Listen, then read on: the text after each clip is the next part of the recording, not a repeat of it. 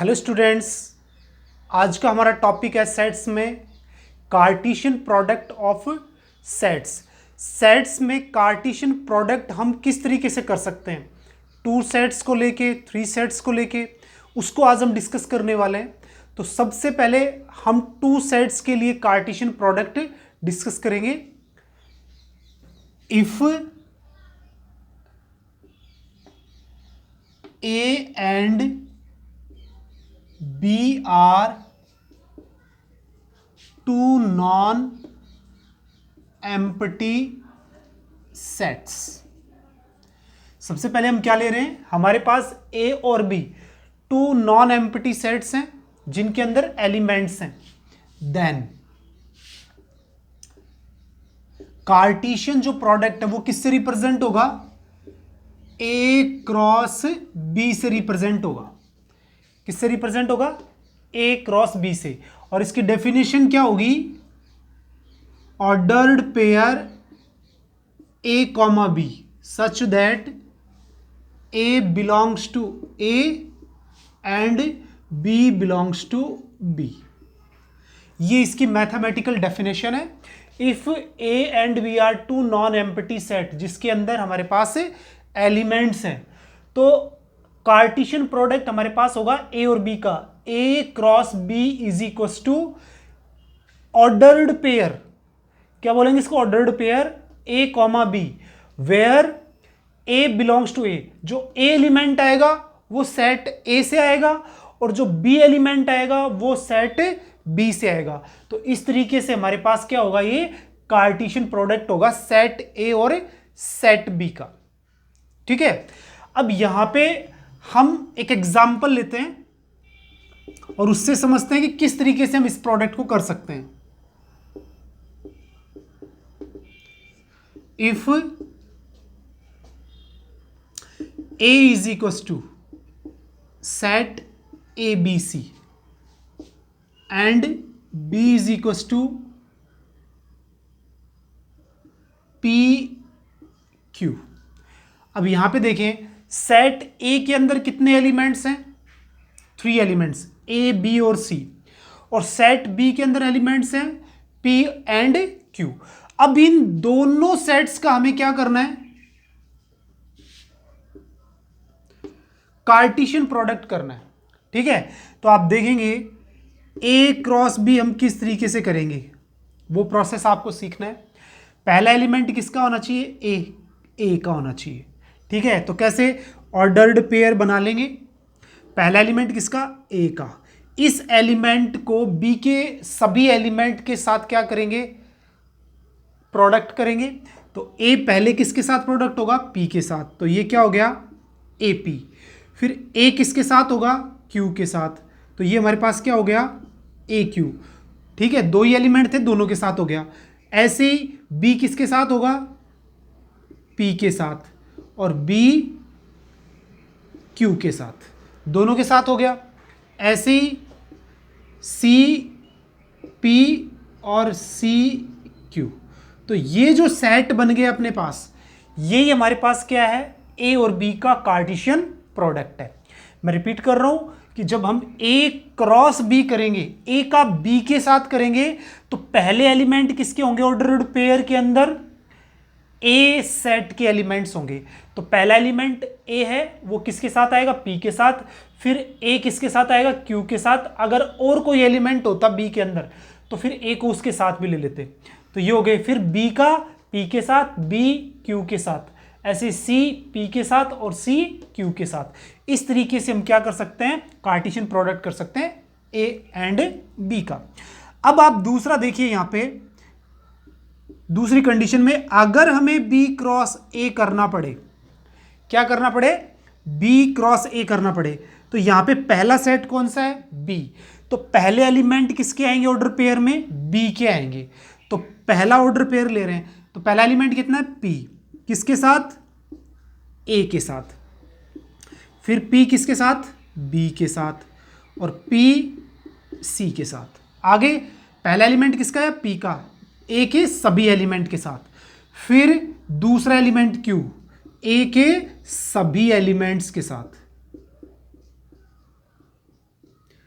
तो इस तरीके से हम क्या कर सकते हैं, बी क्रॉस ए कर सकते हैं। बस कौन सी इंपॉर्टेंट बातें ध्यान रखनी है कि हमें कर्ली ब्रैकेट के अंदर ऑर्डर्ड पेयर के अंदर एलिमेंट कैसे लेने हैं।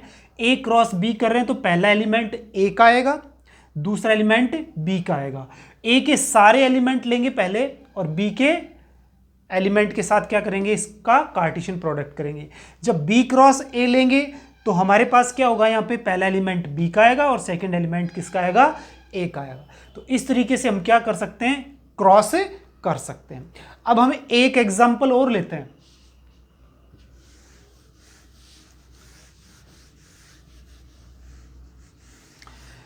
हमारे पास सेट ए है, -1 और 0 उसके एलिमेंट है। देन फाइंड, क्या फाइंड करना है, A cross A and A cross A. अब यहां पे समझने की कोशिश करना कि हमारे पास सेट तो ए ही है, ठीक है, इसका ए के साथ ही क्रॉस करना है और सेकंड केस में हमें किसके साथ करना है, ए क्रॉस ए का ए के साथ करना है। ये समझना में, यानी 3 टाइम्स करना है ए का। तो सबसे पहला ए क्रॉस ए, यानी पहला एलिमेंट भी ए का और पहला एलिमेंट भी, सेकंड एलिमेंट भी ए का। तो पहला एलिमेंट कितना है, -1, इसका पहला एलिमेंट -1, ओके। फिर इसका पहला एलिमेंट -1, दूसरा 0, -1 इन दोनों एलिमेंट्स के साथ आ गए। अब हम बात करते हैं किसकी, सेकंड एलिमेंट की। सेकंड एलिमेंट किसके साथ, -1 के साथ, ठीक है, और फिर 0 किसके साथ, 0 के साथ। तो इस तरीके से हम क्या फाइंड कर लेंगे, ए क्रॉस ए फाइंड कर लेंगे। यानी फर्स्ट जो एलिमेंट था किसका, ए का, वो हमने ले लिया और ए की फर्स्ट एलिमेंट के साथ तो -1 आ गया। फिर फर्स्ट एलिमेंट सेकंड एलिमेंट के साथ, फिर सेकंड एलिमेंट फर्स्ट एलिमेंट के साथ और सेकंड एलिमेंट सेकंड एलिमेंट के साथ। इस तरीके से हमारे पास क्या हो जाएगा, ये हो जाएगा ए क्रॉस ए। अब बात करेंगे ए क्रॉस ए की। तो यहां पे आप देखेंगे कि पहला एलिमेंट किसका होना चाहिए, ए क्रॉस ए का। तो ए क्रॉस ए का पहला एलिमेंट ये है, ठीक है, दूसरा एलिमेंट किसका लेंगे, ए का। तो ये क्या हो गया, ए की ऑर्डर पेयर -1, इसका पहला एलिमेंट -1, ओके। फिर ऐसे ही -1 और -1, इसका दूसरा एलिमेंट 0, बस 2 ही एलिमेंट थे, ठीक है। इसके बाद हम बात करते हैं किसकी, इसके एलिमेंट हो गए किसके साथ, फर्स्ट एलिमेंट। अब दूसरा एलिमेंट -1 0, ए के पहले एलिमेंट के साथ -1, ठीक है। फिर हमारे पास -1 और 0, सेकंड एलिमेंट के साथ 0। अब यहाँ पे हमारे पास कौन सा है, थर्ड एलिमेंट, 0 -1, कितना हो गया, 0 -1। अब ये किसके साथ जाएगा, -1 के साथ। फिर नेक्स्ट 0 -1 किसके साथ, 0 के साथ। और लास्ट जो एलिमेंट है वो क्या है, 0 0, ये किसके साथ, -1 के साथ। और 0 0 किसके साथ, 0 के साथ। इस तरीके से हम ए क्रॉस ए भी फाइंड कर सकते हैं।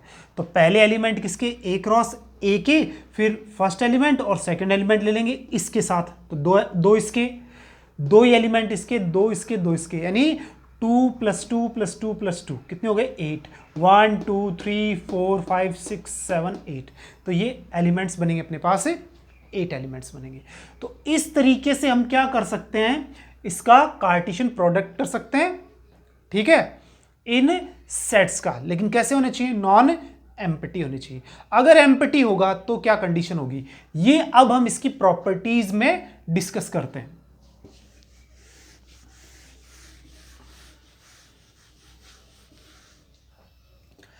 अब यहां पे हम प्रॉपर्टीज डिस्कस करते हैं। सबसे पहली प्रॉपर्टी हम बात क्या कर रहे हैं, A and B are non empty. अगर एम्प्टी हो गया तो क्या हो गया, if A is equals to हमारे पास क्या है, 5 है, ठीक है ना, और b इज इक्वल्स टू 5, यानी दोनों में से एक या दोनों, ठीक है।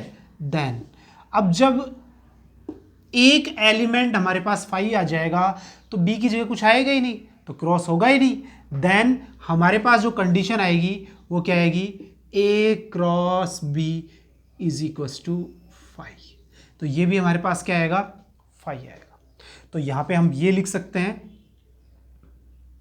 नाउ कई बार ऑब्जेक्टिव प्रॉब्लम्स में पूछ लिया जाता है A cross B is equals to 5, तो there implies both the side A is equals to 5 और बी इज इक्वस टू 5। दोनों ही केस क्लियर हैं। अगर ए क्रॉस बी 5 है, इसका मतलब या तो ए 5 है या फिर बी 5 है, या फिर हम इसका उल्टा प्रोसेस भी लिख सकते हैं, या ए 5 हो या फिर बी 5 हो, तो ए क्रॉस बी भी क्या होगा, 5 होगा। तो इस तरीके से हम ये कॉन्सेप्ट यूज कर सकते हैं। ठीक है, अब यहां पे देखो, if n of A is equals to m, या फिर अपन क्या ले लेते हैं, पी ले लेते हैं, and n of B is equals to q. इसका मतलब ये हुआ कि हमारे पास ए और बी नॉन एम्प्टी सेट्स हैं। ए के अंदर एलिमेंट हैं पी और बी के अंदर एलिमेंट हैं क्यू। ठीक है, देन अब हमारे पास क्या कंडीशन होगी, n of A cross B. अगर आपको ए क्रॉस बी के अंदर टोटल एलिमेंट चाहिए, यानी जो आपने कार्टेशियन प्रोडक्ट किया है उसके अंदर हमें टोटल एलिमेंट्स चाहिए, तो वो क्या होंगे, n of A into n of B. ठीक है, ये हमारा क्या होता है, फॉर्मूला होता है। ठीक है, कि हमें एलिमेंट चाहिए किसके, n of A cross B के। तो n of A cross B के जो एलिमेंट्स होंगे वो कितने होंगे, n of A into n of B. और जब हमने एलिमेंट पी और क्यू ले लिए, तो अब हम क्या लिख सकते हैं, N of A cross B is equals to p into q. दोनों का क्या आ जाएगा, प्रोडक्ट आ जाएगा यहाँ पे। ठीक है, तो ये क्या हो जाएंगे, पी क्यू हो जाएंगे। तो इसके अंदर एलिमेंट भी अपन क्या कर सकते हैं, फाइंड कर सकते हैं। ओके, अब यहां पे आप देखें, and total subsets of A cross B. अब यहां पे हमें क्या कहा जा रहा है कि एन ऑफ ए पी है अपने पास, एन ऑफ बी क्यू है, यानी ए में एलिमेंट्स पी हैं और बी में एलिमेंट्स कितने हैं, क्यू। तो अब हमें जब हम ए क्रॉस बी करेंगे, जैसे ये करेंगे, तो इसके अंदर इस सेट के कितने सबसेट्स बनेंगे। तो आपको पता है कि इसके अंदर एलिमेंट कितने हैं, पी क्यू, तो सबसेट्स कितने बनेंगे, 2 की पावर n होते हैं। अब इसमें जो एलिमेंट n होते हैं सेट के अंदर, तब तो 2 टू पावर n बनता है। अब इसमें एलिमेंट कितने हो गए, पी क्यू, तो 2 टू पावर पी क्यू। तो ये अपने पास इसमें क्या बनेंगे, सबसेट्स बनेंगे। ओके, तो ये हमारे पास क्या होंगे, सबसेट्स होंगे। टोटल किससे बनने वाले, ए क्रॉस बी में जितने ऑर्डर्ड पेयर बनेंगे वो उसके क्या होंगे, एलिमेंट्स। उन एलिमेंट से टोटल कितने सबसेट बनेंगे ए क्रॉस बी में, 2 टू पावर पी क्यू बनेंगे। ये हम यहां से बता सकते हैं। ठीक है, तो मैं फिर से रिपीट कर देता हूं, ए इज इक्वल टू 5 है या फिर बी इज इक्वल टू 5 है, तो ए क्रॉस बी कितना होगा, 5 होगा। A cross B is equal to 5 है, तो ए इज इक्वल टू 5 या B is equal to 5। N of A के अंदर पी एलिमेंट्स हैं, एन ऑफ बी के अंदर क्यू एलिमेंट्स हैं, तो हमारे पास N of A cross B, यानी ए क्रॉस बी में कितने एलिमेंट्स होंगे, पी क्यू। जब ए क्रॉस बी में पी क्यू एलिमेंट्स होंगे, तो हमारे पास टोटल सबसेट्स कितने होंगे ए क्रॉस बी में, 2 to power p q. Okay, अब हम एक क्वेश्चन लेते हैं।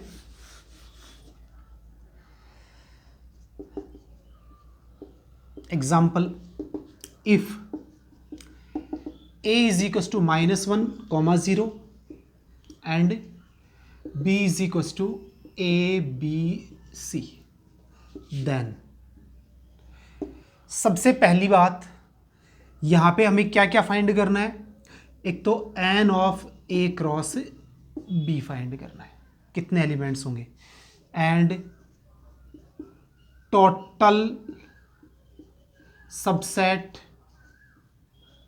Of A cross B. ठीक है। तो सिंस पहले आप ये देखें एन ऑफ ए कितना होता है पी, इसकी वैल्यू कितनी है 2, इसमें 2 ही एलिमेंट्स हैं। और एन ऑफ बी क्या होता है क्यू, इसके अंदर कितने एलिमेंट्स हैं 3, तो ये हमारे पास 3 आ गया। नाउ जो वैल्यू बतानी है हमें वो हमारे पास क्या है n of A cross B, कितने एलिमेंट्स होंगे पी क्यू, ठीक है। तो therefore n of A cross B कितने हो गए 2 × 3, यानी 6 एलिमेंट्स हो गए अपने पास ए क्रॉस बी में। And subsets 2 to power p q, तो पी क्यू की वैल्यू कितनी आ गई 6, तो 2 टू पावर 6 क्या होंगे हमारे पास टोटल सबसेट होंगे, और ओपन करके लिखेंगे तो ये कितने हो गए 64। तो कितने सबसेट्स बनेंगे 64 हमारे पास क्या बनेंगे सबसेट्स बनेंगे इसमें, क्योंकि 2 टू पावर 3 8 होता है और 2 टू पावर 3 8 8 8 को प्रोडक्ट करेंगे तो 64 आएंगे। तो ये 64 हमारे पास क्या बन जाएंगे ए क्रॉस बी में सबसेट्स बन जाएंगे। ओके स्टूडेंट्स, अब हम आगे वाली प्रॉपर्टीज डिस्कस करते हैं यहाँ पे। अब यहां से आप देखें हमारे पास